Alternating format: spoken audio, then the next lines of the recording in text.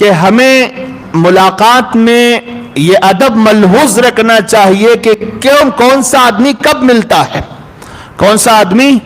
کب ملتا ہے۔ میں نے عصر کے بعد کا وقت طے کر لیا ہے، چند دنوں سے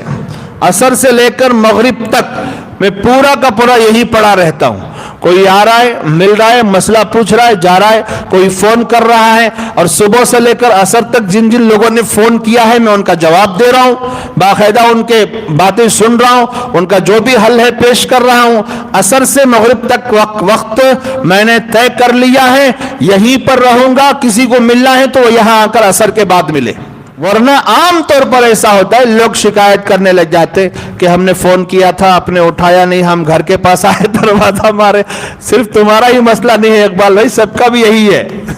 بہت سارے لوگوں کا یہی مسئلہ ہے کہ میں نے فون کیا، آپ اٹھائے نہیں، فلاں ٹائم میں کیا، گھر کے پاس بھی آئے، آپ اٹھے نہیں۔ تو یہ ساری شکایتیں ہوتی ہیں، اس لیے میں نے سوچ لیا کہ عصر سے مغرب تک ہم کہاں رہیں گے بھائی، اسی یہاں بازو کمرہ ہے، کمرے میں بیٹھے یا لیٹے رہیں گے، جس کو بھی آنا ہے اس وقت میں آ جائے، یا فون کرنا ہے اس وقت میں کر لے۔